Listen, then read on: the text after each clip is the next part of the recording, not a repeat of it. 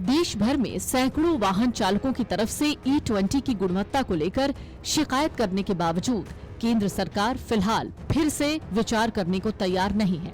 सरकार ये बात तो कह रही है कि E20 से कारों की माइलेज 5% तक घट जाती है, लेकिन देश में मौजूदा E20 फ्यूल की जगह किसी दूसरे फ्यूल की बिक्री शुरू करने की संभावना से इनकार कर रही है। पेट्रोलियम और प्राकृतिक गैस मंत्रालय ने इथेनॉल मिश्रित ईंधन पर सवालों और जवाबों की एक पूरी फहरिस्त जारी करते हुए सरकार का पक्ष रखा। तो क्या सस्ता होगा E20 पेट्रोल? दरअसल इस फहरिस्त में कहा गया कि अंतर्राष्ट्रीय बाजार में कच्चे तेल की कीमत $70 प्रति बैरल रहे तो घरेलू स्तर पर E20 का निर्माण महंगा होता है, क्योंकि सरकारी तेल कंपनियां 71 रुपए प्रति लीटर की दर से एथेनॉल खरीदती हैं।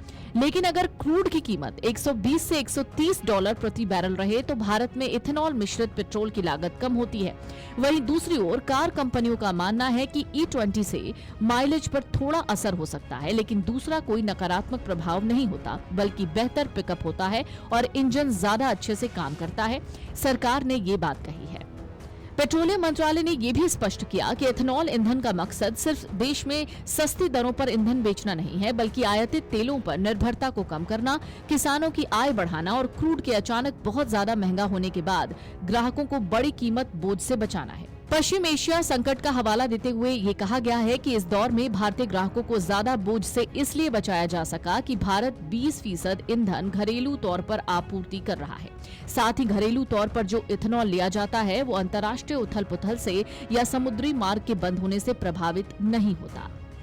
मंत्रालय का तर्क है कि इसके फायदे नुकसान से कहीं ज्यादा हैं। इन फायदों में बेहतर ऑक्टेन रेटिंग, बेहतर एंटी नॉक क्षमता, तेजी से कम्बशन, बेहतर पिकअप, स्मूथ एक्सेलरेशन, इंजन का साफ चलना और लाइफ साइकिल के दौरान कम कार्बन उत्सर्जन शामिल है। एथेनॉल ब्लेंडेड पेट्रोल प्रोग्राम की आलोचना का जवाब देने के लिए जारी एक विस्तृत सवाल जवाब दस्तावेज में पेट्रोलियम और प्राकृतिक गैस मंत्रालय ने कहा कि E20, E10 या शुद्ध पेट्रोल की तुलना में साफ, बेहतर गुणवत्ता वाला और ज्यादा कुशल ईंधन है। इसे कई सालों के वैज्ञानिक परीक्षण, ऑटोमोबाइल निर्माताओं के साथ बातचीत और घरेलू इथेनॉल उत्पादन बढ़ाने के बाद ही लॉन्च किया गया था।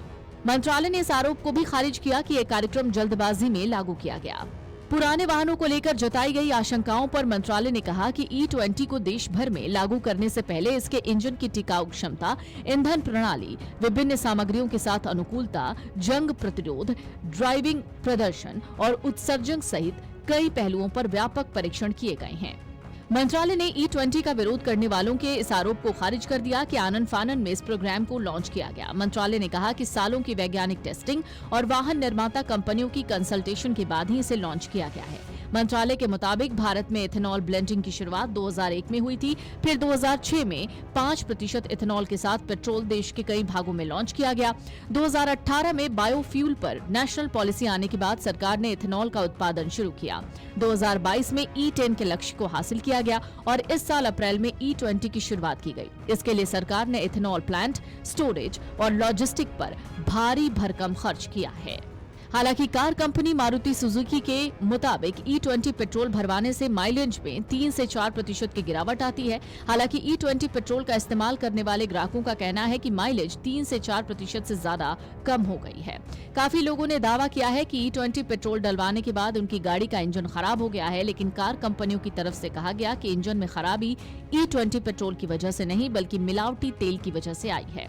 वही पेट्रोलियम और प्राकृतिक गैस मंत्रालय ने कहा है कि भारत का एथेनॉल मिश्रण कार्यक्रम वैज्ञानिक रूप से प्रमाणित है। Video desk amarujala.com।